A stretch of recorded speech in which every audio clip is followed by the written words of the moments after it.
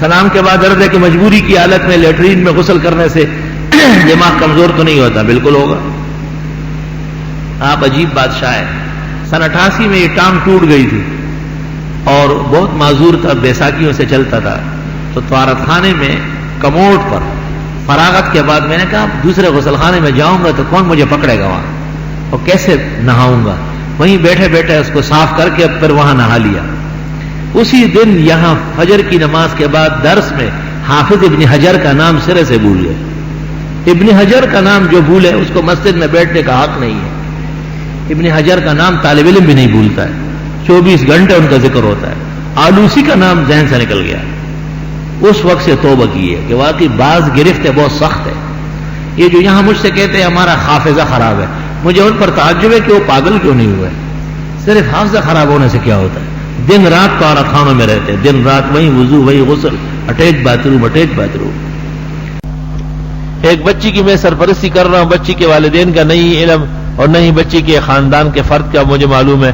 بالغ ہو جائے جس صورت میں میرے ساتھ عمدہ عمرے پر جا سکتی ہے. عمرے اور حج چھوڑو, پہلی بات تو یہ ہے کہ وہ پرائی بچی ہے اور بالغ ہونے پر پردہ فرض ہو جائے گا بغیر تاخیر کے. اگر اس کی عمر 2.5 سال سے کم ہے تو اپنی کسی محرمہ کا دودھ پلائے, کسی محرمہ کا دودھ پلائے, جیسی بھانجی ہے, بھتیجی ہے, بہن ہے, ان کا دودھ پلا دے, جلدی کرے, ورنہ بڑی ہونے کے بعد پردہ آپ اس کے کچھ بھی نہیں ہے. وہ جو آپ نے 15 سال محنت کی اور سب دریا میں گئی, وہ اجنبیہ ہیں اور اس سے آپ کا پردہ فرض ہے, بلکہ اس کے ساتھ آپ کا نکاح جائز ہے. تو رہ کیا گیا؟ قرآن پاک میں اللہ سورۃ احزاب میں کہتے ہیں دوسروں کی اولاد کو بیٹا بیٹی بنا کے تم جھوٹ بولتے ہو.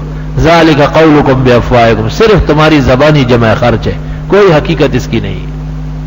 اسلام جھوٹ اور فریب کو کہاں چلنے دیتا ہے؟ تو آپ عمرہ ہو رہا ہے. اسلام جھوٹ اور فریب کو کہاں چلنے دیتا ہے؟ تو آپ عمرہ ہو رہا ہے. عمرے اور حج کی باتیں نہیں ہیں, بات یہاں حجاب کی ہے جو ہمہ وقت فرض ہے. جیسے جو علم قرآن و سنت کا ہے وہ جس میں پایا جائے گا اس کو آپ عالم کہتے ہیں. انتباق سے لوگ بڑے گھبراتے ہیں, بڑے پریشان. جی دیکھو آیت ہمارے اوپر منطبق ہے, وہ آپ کے اوپر منطبق نہیں کی, منطبق تھی پہلے سے منطبق. یہ تو اس قبیل میں سے کہتے ہیں جی کافر کو بھی کافر مت کہو. کیوں بھائی؟